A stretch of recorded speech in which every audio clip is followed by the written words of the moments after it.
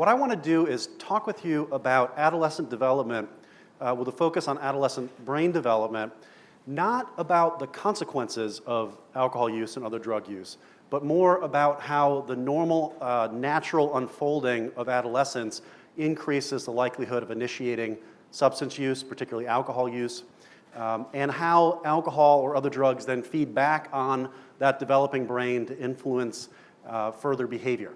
And so at my institute, we're really interested in the entire lifespan with regard to alcohol use, how it starts, what the impact is on brains at each stage of life, how to do prevention and treatment, et cetera. I'm particularly interested in the adolescent years. We have a couple of grants that my institute is funding now. They're giant projects, and in a few years we should know a lot more about not just the impact of alcohol on brains as they develop, but also the impact of developing brains on alcohol use. But for now, I'm going to give you an overview of what we currently know. And some of what I'm going to tell you is how things have changed from when we started asking these questions about 25 years ago. So this is a busy slide, and by the way, for all of my data slides, you don't have to try to decipher it. I'll tell you the take-home message. This slide shows that for alcohol, whether it's alcohol use, binge drinking, and also marijuana, and this really applies to most other drugs too, as we progress from about the age of 10 to 20, with each year that goes by, the likelihood that we'll start doing a particular drug and do that drug heavily increases linearly.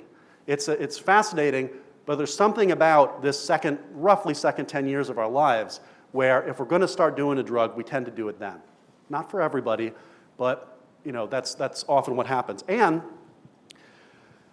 for alcohol, anyway, in the other drugs that have been studied so far, the earlier in life you start using that substance, the greater the odds you're going to go on to develop a problem with it.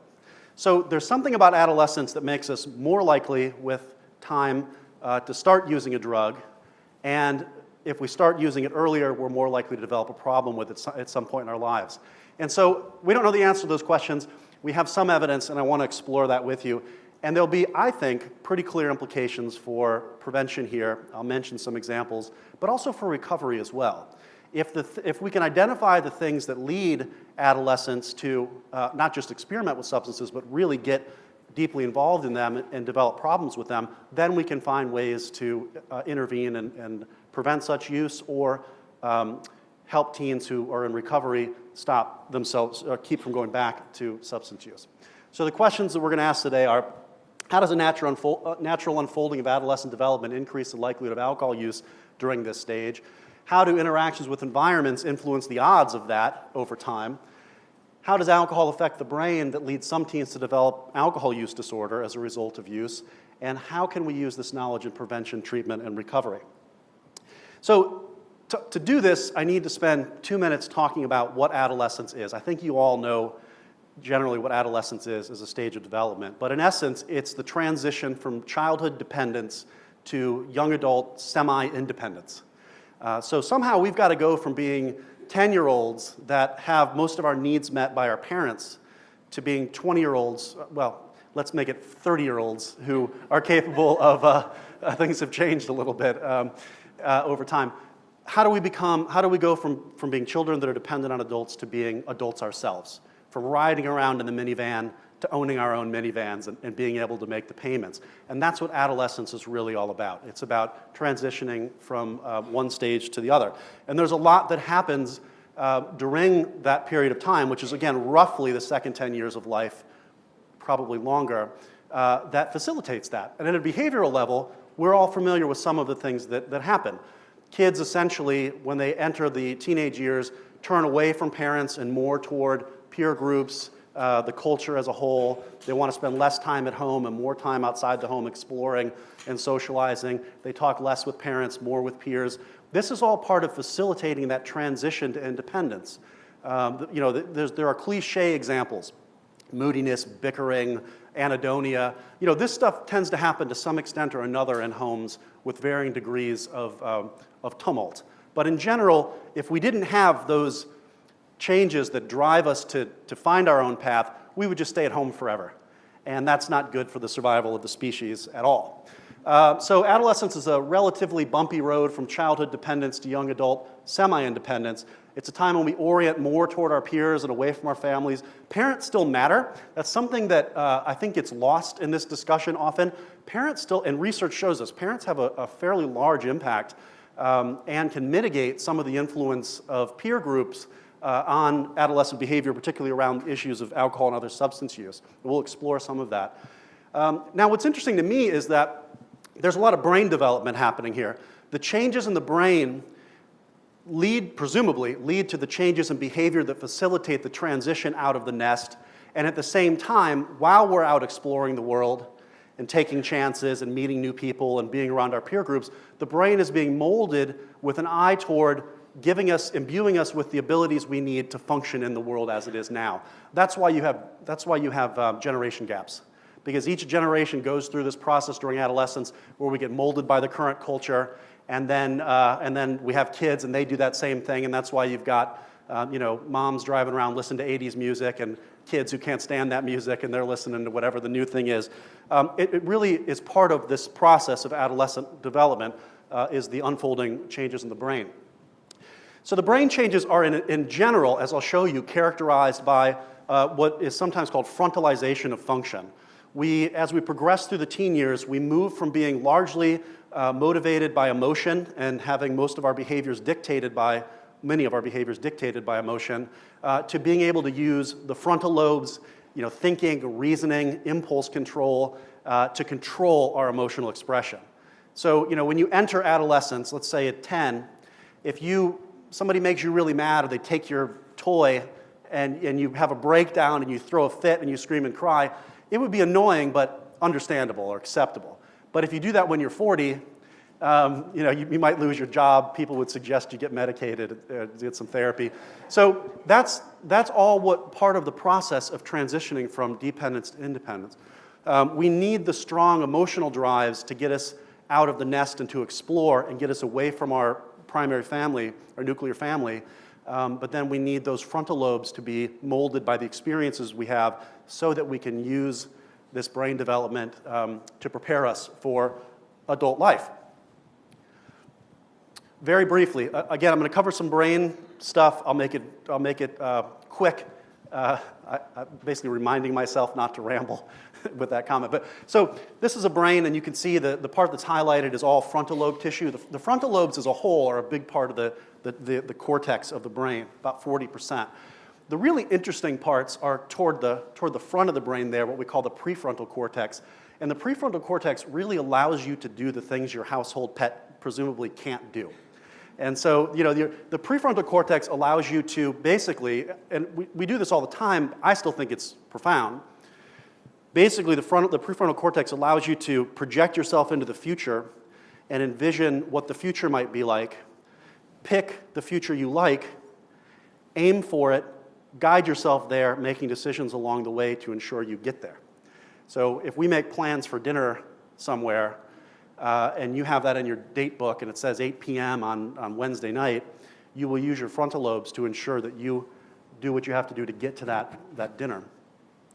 But the frontal lobes are involved in other things too that have real relevance, not just for taking chances and not thinking about the outcomes. We tend to think about teens as just having difficulty thinking about the future and recognizing the risks. And it turns out they can do a pretty good job of telling you what the risks of a behavior might be. That doesn't always guarantee they can stop themselves from engaging in it. As we'll see, there are other factors involved in development here besides the frontal lobes. But the frontal lobes are also involved in things like expectations, what you expect the outcome of an event to be. So if you're a teenager and you're thinking about drinking, you're going to have expectations about what that would do. Would that be good or bad? Would that feel good? Would that feel bad? How would your parents feel? How would your friends think? The frontal lobes, as they're developing during the teenage years, are learning how to do this, how to really figure out what to expect from behaviors, perception of norms. The idea, what's everybody doing? What's considered normal and acceptable? That's frontal lobe function. And social awareness, walking into a room and sort of thinking about who's there, what they mean to you, how to interact with them. So the frontal lobes play a huge role in controlling our urges, making decisions, planning for the future, but also socializing and learning what to expect from our behaviors. And so this was the first area of the brain to be discovered to be changing dramatically during the teen years. And it was discovered by accident about 25 years ago. And there was a lot of focus on that. I mean, I focused a lot on that because that's what we knew about teen brains, was largely that the frontal lobes were developing. And so the way it works is this. It looks like from birth until about the age of 10, the neurons which make up the gray matter in your brain, the neurons in the frontal lobes are branching out and making points of communication with all their friends, their friend neurons in the frontal lobes. And we end up with way too many of these points of communication. And it's almost like nature is preparing a palette of clay for molding during adolescence. So all these points of communication in the frontal lobes that develop throughout childhood, early in adolescence, about 10, 11, 12, something like that, those synapses end up on the chopping block. And based on the experiences we have, the interactions we have with the world, those synapses get weeded out. The ones that are activated stick, the ones that aren't used die off, new ones can be formed as well. And so the total gray matter volume in the frontal lobes goes up till about 10 and then comes down throughout the teen years.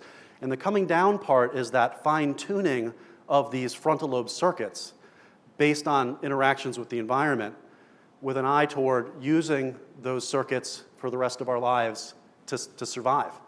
100 years ago, the average life expectancy of an American was 45. So I would be a very old man. But now it's 80.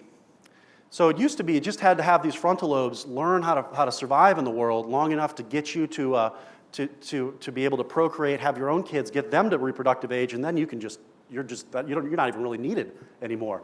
But now we live a long time, and I think no matter whether we live to we're 80 or 500, this window of time during adolescence where our frontal lobes are molded is going to play a critical role in how we function in the rest of our lives.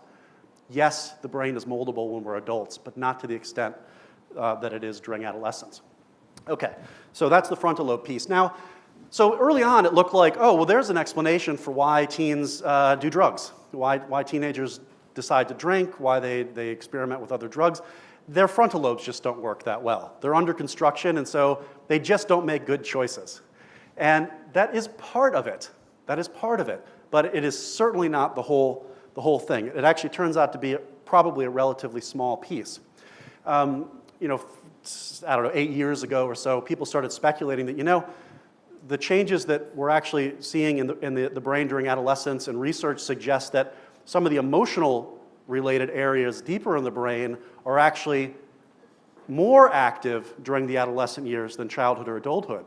And so maybe what's happening here is those emotional areas are driving us, pushing against the frontal lobes, and forcing the frontal lobes essentially to figure out how to wrestle with that.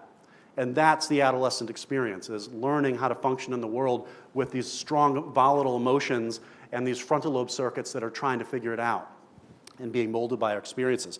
Think about Romeo and Juliet. It's not a story where at the end they just made bad choices and killed themselves. They had very strong, volatile emotions.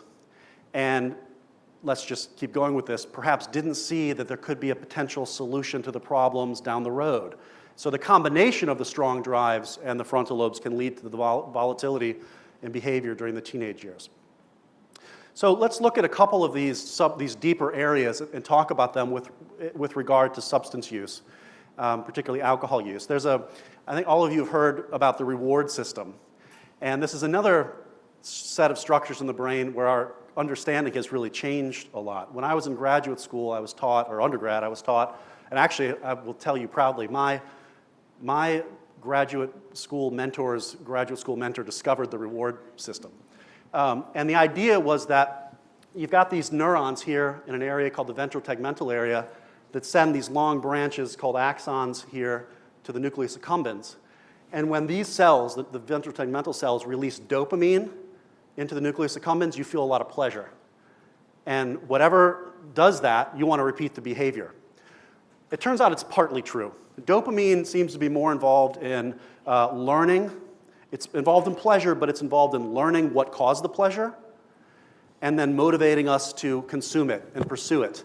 So when you do something, so for instance, you go to a restaurant, you eat dinner, you have a piece of cake, and it's the best cake you've ever had. Your first bite, what do? You look at it and you go, You don't look away, you look at it, the thing that gave you the pleasure, so that your brain can learn what caused this pleasure. Wow, that is a massive blast of dopamine. I want to repeat that behavior. So the brain learns the association between the behavior and the pleasure and the stimulus, the cake, and it makes you want to go back and get it. The same is true with all drugs. It turns out that all of the drugs that can be abused act, at least in part, through this pathway. And they do so with a magnitude far beyond what you're going to get from a piece of cake. So you eat a piece of cake, it feels good, your brain learns about that was the cake that did it, and you want to go back to that restaurant and get more cake. But cocaine is going to produce a much stronger blast in that pathway than the cake is.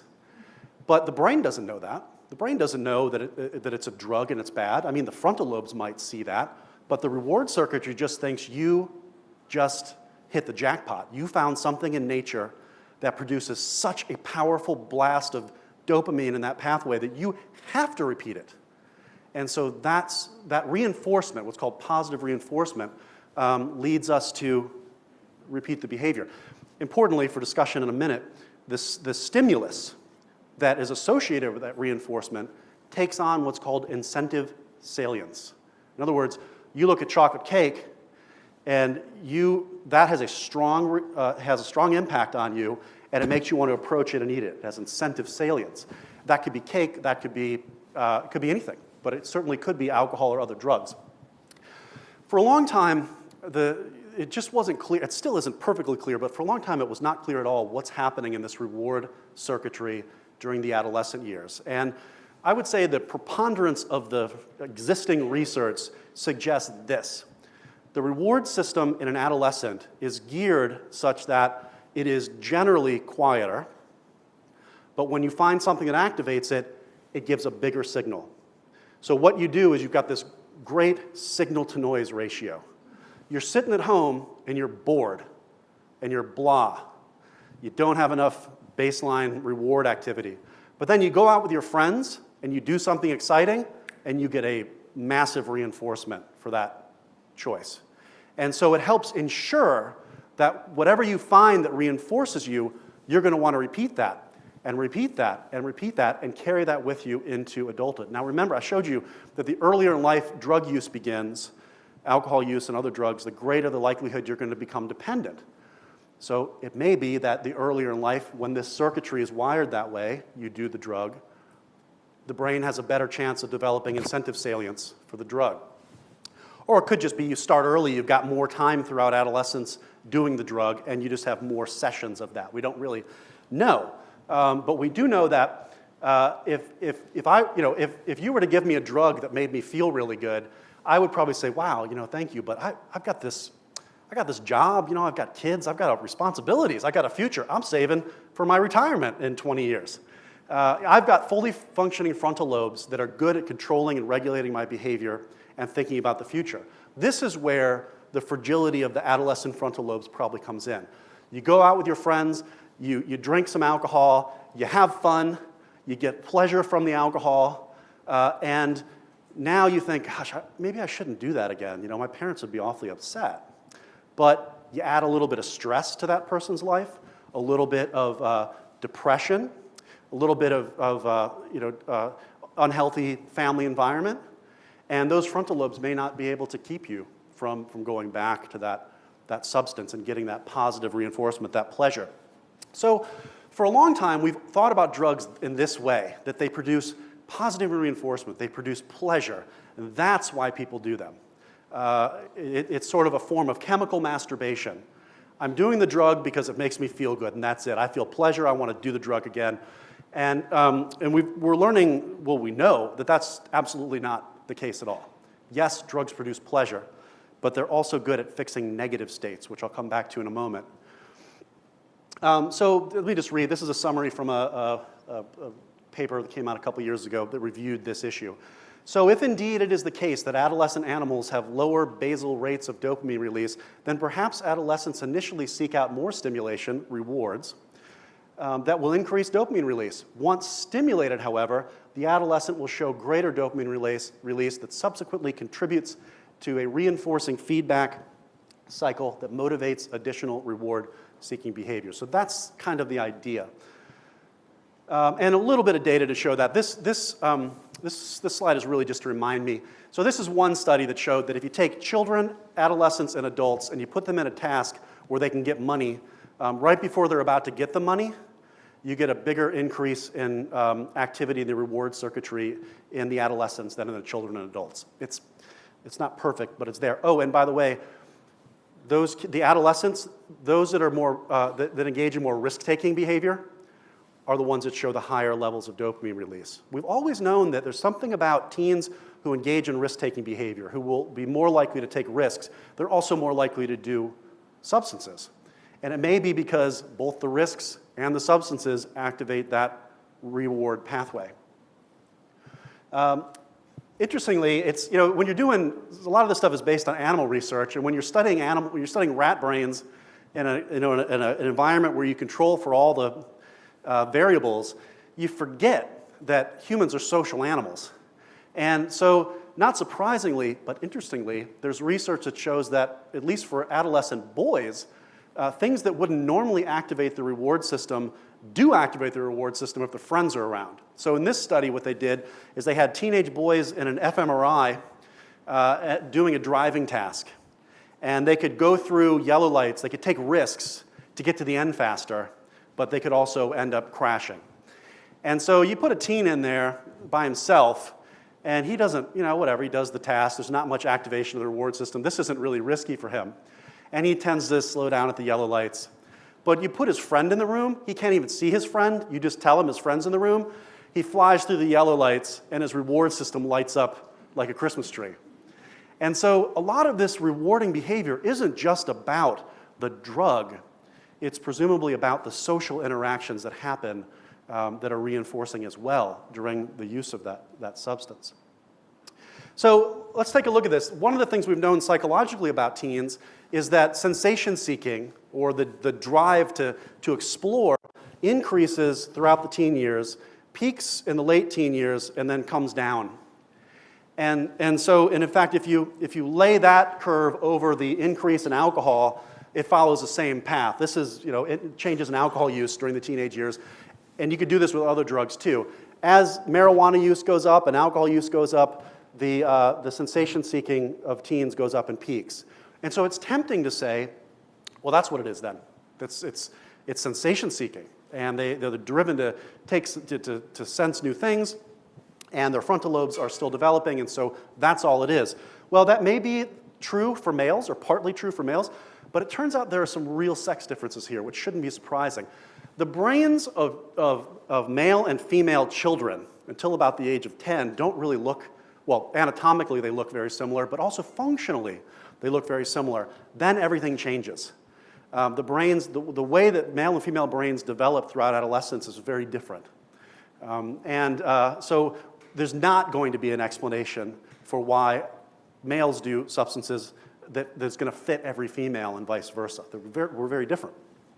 So this just shows that males are, that the increase in sensation seeking during adolescence is not nearly as high for females as it is for males. Females are not as risky. They're not as driven by exploring and taking risks, at least not the kinds of things that we think about when we think about risk-taking and sensation-seeking. And females don't have nearly the drop in impulse control that males do. And so that combination of I'm driven to take risks and I can't control myself doesn't seem to probably apply as much to females as it does for males. And that has led to some thinking about how these sex differences might play out with regard to substance use in adolescent males and females. And I want to introduce another area of the brain. So we talked about the frontal lobes and the reward system. The reward system gives you positive reinforcement. This part of the brain, the amygdala, which means almond, it's a small structure on each side of the head. The amygdala is involved in learning the sort of strength of an emotional meaning of a stimulus. Is this important? And in particular, frightening things. So if you're walking down the street and a dog jumps out at you and you get that rush of fear, your amygdala is almost certainly lighting up. And so, the amygdala is a thing that makes us feel anxious if we've got a deadline or a test. The amygdala is very active early in recovery from pretty much any drug, and so it tends to give you that anxiety and restlessness, part of that restlessness that comes with recovery.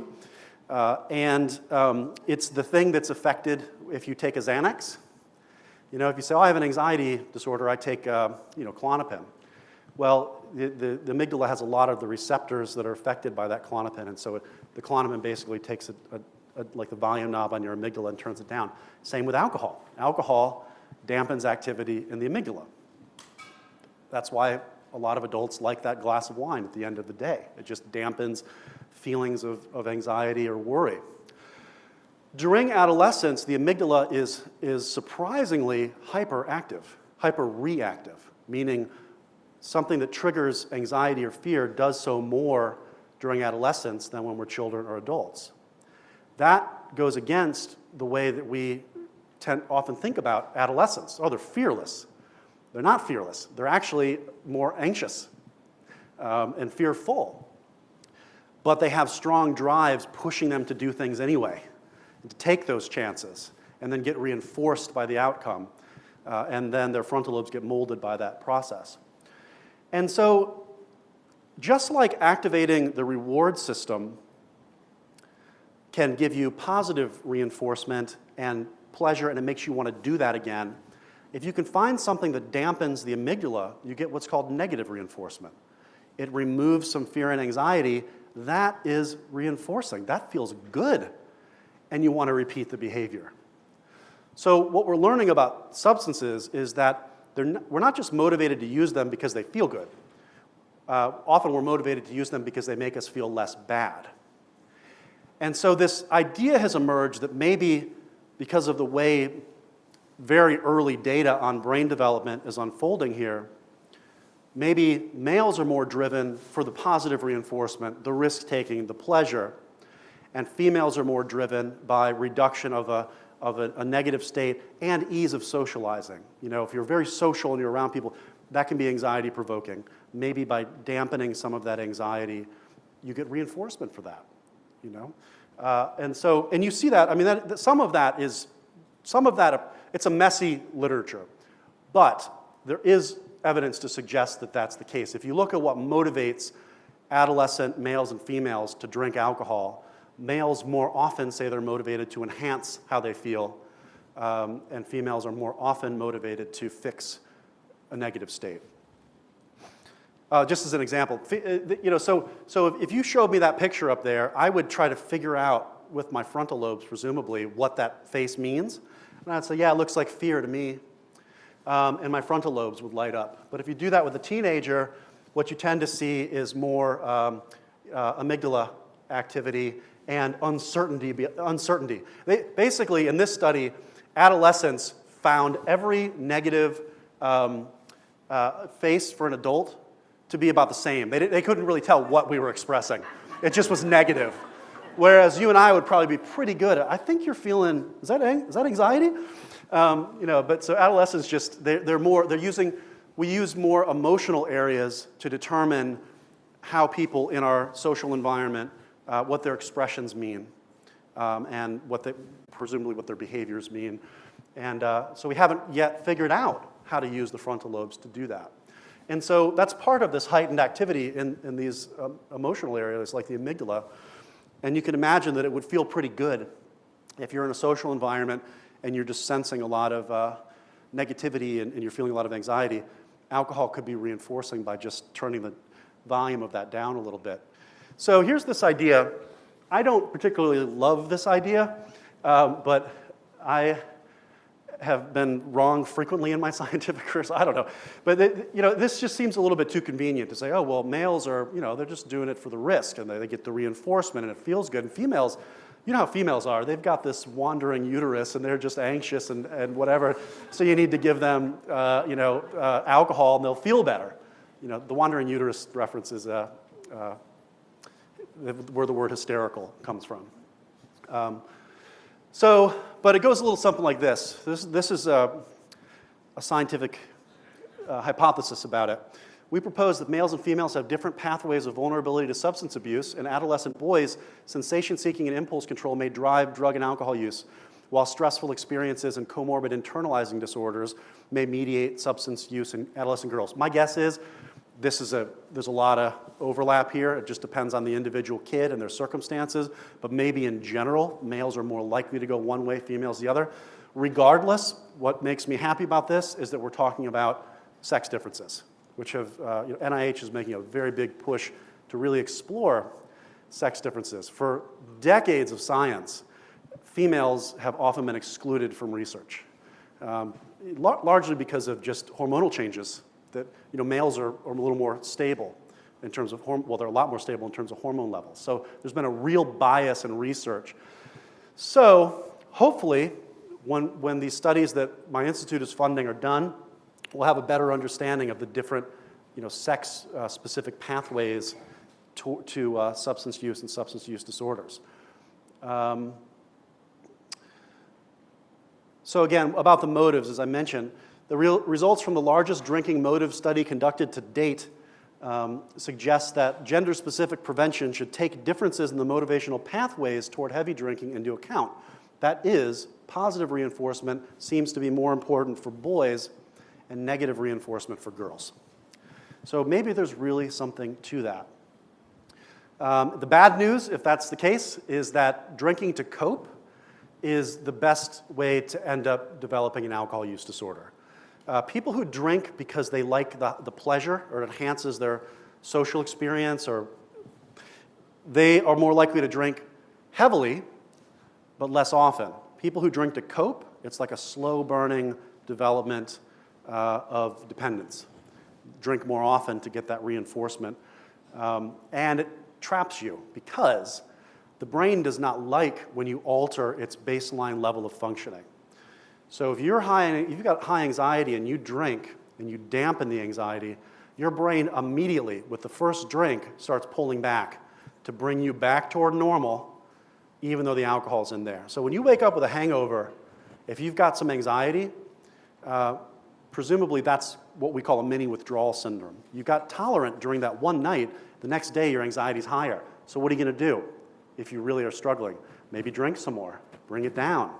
And that just traps you in this cycle that ends up becoming a full-fledged alcohol use disorder. You can't get something for nothing. I should tell you that there used to be big differences in male and female drinking in the United States, and those differences have been erased. There are now, at the 8th, 10th, and 12th grade level, really no differences in alcohol use among males and females. And during adult years, we're seeing an increase in alcohol use disorder among females, DUIs, the stuff that goes with that. So this is an issue I think we really need to figure out. Okay, a little bit of good news. As your frontal lobes are developing, and you're learning what to expect about certain behaviors, and how to regulate your emotional expression and control your behavior, parents do play a role. Just because you might feel that your adolescent doesn't want to be around you, or maybe they tell you, I don't want to be around you, they're still listening, and you still have an impact on them. They really are, and the research shows that. We adults tend to do something similar to what adolescents do, and that is, if you ask an adolescent how much they think kids their age drink, they tend to have an overinflated sense of how much other people are drinking. That helps pull them toward the drinking. It's that misperception of norms that makes them think that, well, if it's normal, I want to be normal too, I'm going to go drink. Parents tend to do it in the other way. We tend to think that every kid who drinks is going to die. Every kid who has a beer, their brain is going to be fried and they're never going to get into college. And there's a little bit of truth to each. a little bit. The importance is to try to meet your kids somewhere in the middle, meet adolescents somewhere in the middle. And beyond just trying to prevent them from using substances, figure out what it is that you can do or they can do to get whatever needs they need met that they're trying to get met with the substances. So it's a very dynamic process. Prevention is not just, don't drink. And yes, it helps to make alcohol less available to teens. That certainly helps. Yes, it helps if there are consequences for drinking. This whole issue of perception is a big one. And so we've got to figure out a way to be honest with teens about the real risks that are involved, and make clear our expectations for them, and try to pull them back away from the direction they're being pulled in by their perceptions of alcohol use among their peers. So what this study shows is simply that if kids have, well, first of all, parental communication with teens is powerful prevention. Kids who communicate regularly with their parents, who have dinner with their parents, who do homework with their parents, there's no question in that kind of a home, essentially where you have authoritative parenting, those teens are less likely to drink, and if they do, they're less likely to head down a pathway that gets them to an alcohol use disorder at some point. And so I did a talk once 15 years ago or so at a school a private school in Michigan, and at the end a mother said, my daughter's friend is starting to smoke marijuana, her teenage daughter, and I was wondering, is there like an 800 number that my daughter can call to get some help understanding this? And I thought about it for a minute, and I said, yeah, there is. It's 1-800-YOU. You're the mom. It's whether we like it or not. As parents, that's our job. We have to figure this out. And so I think the more engaged parents stay in their kids' lives, even if their kids tell them they're annoying, the less likely those kids are to go off the rails. Curfew is a simple thing. Kids who have curfews, particularly on school nights, are much less likely to find themselves in situations where they're tempted to drink and to do other drugs and to do that. So I think it's important that we somehow figure out how to convey to parents that they have a lot more influence here than they might think. It's not all about brain development or about peers. This is just, SAMHSA has a program, Talk They Hear. This kind of stuff I used to think was too simplistic, but I get it now. It really is just important. Parents should talk with their kids, have open lines of communication, and really spend time with their kids, and that seems to minimize. What that seems to do is remind teens that their parents care and that they would be disappointed if they did X, Y, and Z. And it's that disapproval, that perception of parental disapproval, that seems to help mitigate some of the influence of peers. That's just more data. So my institute has, if you go to our website, just search NIAAA, we have a ton of good resources. One of my favorites is actually more geared toward adults. It's called Rethinking Drinking. And what you can do with this is read about alcohol, put your own drinking data in, and it will tell you where you fit on like the DSM-5 scale for alcohol use disorder and what to do. It really is, it's something you can do or you can point somebody to if you think they might need some information, but they want to do it in a very private setting. So that's all I got. Thank you so much.